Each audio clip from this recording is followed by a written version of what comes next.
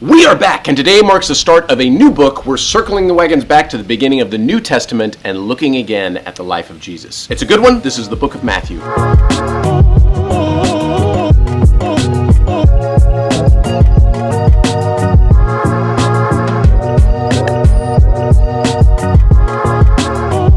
So as always, let's lay a little groundwork on the book of Matthew. Technically, this gospel does not identify its author, but all early church tradition actually points to Matthew, the disciple of Jesus and former tax collector, as the author. Now, quite honestly, very little is known about Matthew after this gospel. Tradition says that for about 15 years after Jesus rose from the dead, that Matthew preached in Palestine and then went on missionary journeys to other nations. Now, later legend has it that he was actually martyred in Ethiopia, where he was supposedly stabbed in the back by a soldier sent by a king in that area. Now, the Gospel of Matthew doesn't just present Jesus as the Messiah, but also as the son of David. You see, we know Jesus fulfilled all of the Old Testament prophecies concerning the coming of the Messiah, but Matthew literally links his lineage back to show Jesus' royal bloodline and then kingship. Finally, in the book of Matthew, we see Jesus often referring to himself as the Son of Man. Now, by using this title, not only is he identifying as the literal king of Israel, but he's also identifying with all of us for whom he came to save. Remember, while Jesus was fully God, he was also fully man and fulfilled the law of Moses and did what no other human being was able to do. Man,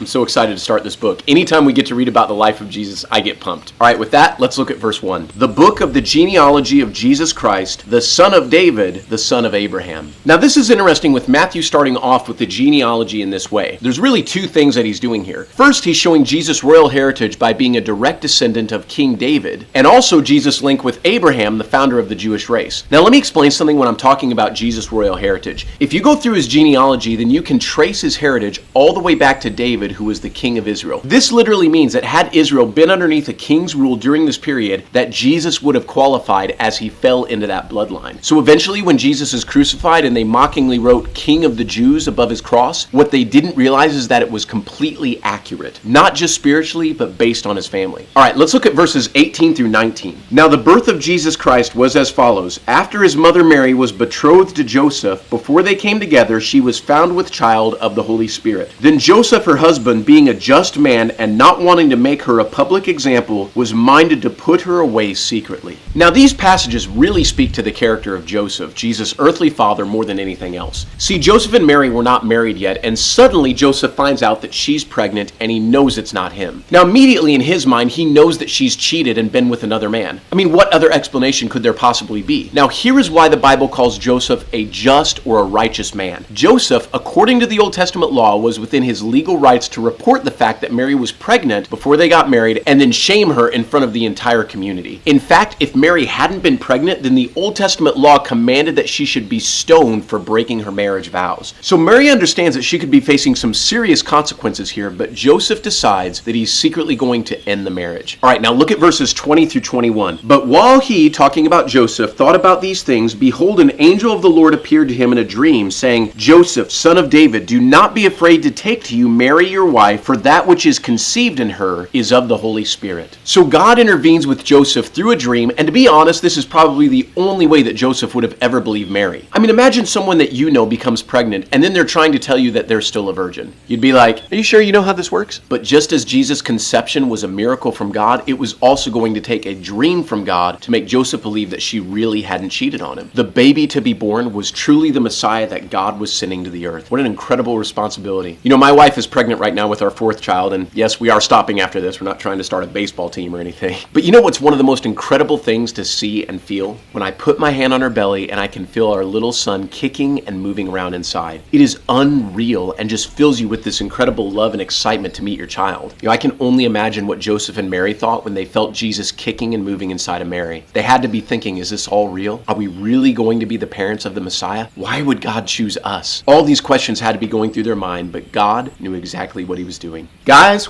that is it for us today with chapter 1. Man, I'm excited to be starting this book. Any chance we get to look at the life of Jesus is just incredible, and chapter 1 is no exception. All right, come back tomorrow for the last episode of the week with chapter 2. You do not want to miss it because Jesus Christ is about to be born. Hope you all have a beautiful day. Show the love of Jesus to someone out there and continue to let God use you to reach others. I love you guys. We'll see you back here tomorrow.